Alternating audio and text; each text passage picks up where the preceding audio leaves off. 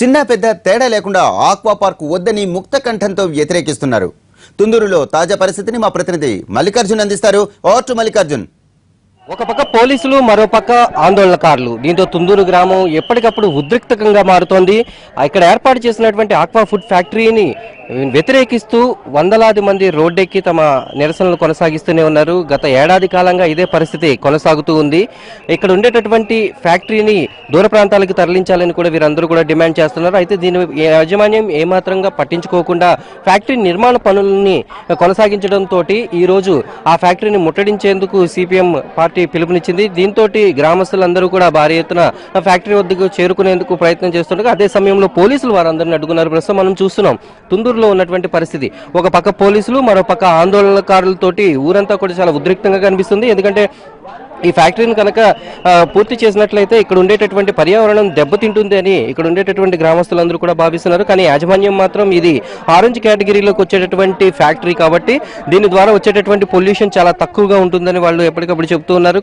మరోపక్క ప్రభుత్వం కూడా ఈ ఫ్యాక్టరీని సహకరించాలని చెప్పి ఎప్పటికప్పుడు సీఎం ఇక్కడ జిల్లాలో జరిగినటువంటి అన్ని మీటింగ్లలో కూడా ఆయన ఇక్కడ ఉండేటటువంటి ప్రజలను కోరుతూనే ఉన్నారు. ఫ్యాక్టరీ పూర్తయ్యే వరకు పూర్తయితే ఉపాధి పెరుగుతుంది అని చెప్పి సీఎం ఎప్పటికప్పుడు చెబుతూనే. కానీ ఈ బేతపూడి గ్రామస్తులు, అలాగే ఇక్కడ ఉండేటటువంటి తుందూరు, కంసాలి బేతపూడి గ్రామంలో ఉండేటటువంటి ప్రజలు మాత్రం ఫ్యాక్టరీని పూర్తి చేసేందుకు ఏ మాత్రం కూడా వాళ్ళు ముందుకు రావడం లేదు. ఈ ఫ్యాక్టరీ కనుక పూర్తయితే తాము ఇక్కడ నుంచి ఇల్లు ఖాళీ చేసి వెళ్ళిపోవాలి అనేటటువంటి ఒక భయాన్ని వీళ్ళందరూ కూడా వ్యక్తం చేస్తున్నారు. ఎందుకంటే ఇంతకు ముందు యనమదూరు డ్రైన్తో పాటు భీమవరంలోని చాలా పంట కాలువలన్నీ కూడా అక్కడ ఉండేటటువంటి ఫ్యాక్టరీల కారణంగా అవన్నీ కూడా పూర్తిగా నాశనం అయిపోయినాయి. ఆ నీటిని కనీసం ముట్టుకోవడానికి కూడా భయపడేటటువంటి పరిస్థితి.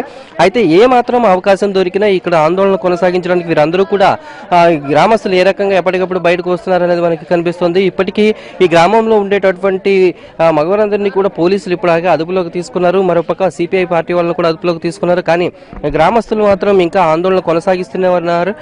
ఈ ఫ్యాక్టరీని ఆపడమే తమ లక్ష్యంగా పనిచేస్తామని చెప్పి వారందరూ కూడా ఎప్పటికప్పుడు చెప్తూనే ఉన్నారు. కానీ ఈ పోలీసులు కూడా మరోపక్క అడ్డుకునే ప్రయత్నం చేస్తున్నారు. ఈ తుందూరు గ్రామంలో సుమారుగా 700 మంది మాత్రం ఉంటారు. కానీ ఈ ఒక్కరోజు వారికి పెట్టినటువంటి జనాభా మాత్రం సుమారుగా 1200 మంది పోలీసులు గ్రామం చుట్టూ పహారా కాస్తున్నారు. అమ్మ చెప్పండి, పొద్దు నుంచి ఆందోళన కొనసాగిస్తూనే ఉన్నారు, పోలీసులు అడ్డుకుంటూనే ఉన్నారు. ఏంటి పరిస్థితి గ్రామంలో ఎలా ఉంది?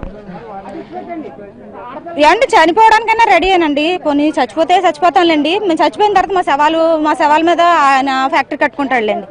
ఇంకా అలా కట్టుకునేటట్లయితే మమ్మల్ని చంపేసి ఫ్యాక్టరీ కట్టేసుకోమనండి. ఇంకా చంటి పిల్లల తల్లుల్ని అందరినీ తీసుకెళ్లిపోయారండి.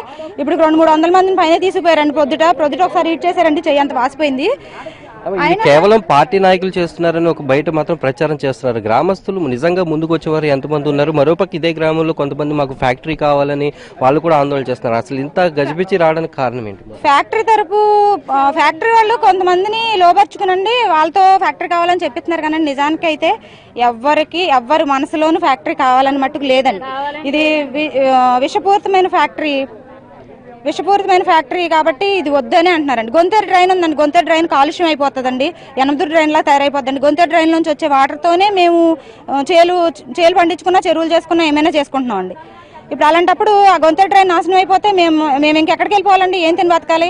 ఈ పరిస్థితి ఇలాగే ఎన్ని రోజుల వరకు ఫ్యాక్టరీ పూర్తిగా మూసేసే వరకు కూడా మేము ఆందోళన కొనసాగిస్తామని చెప్పి తుందూరు గ్రామస్తులందరూ కూడా చెబుతున్నారు. గంటకి ఉద్రిక్తతను పెంచుతున్నటువంటి తుందూరులో ఉన్న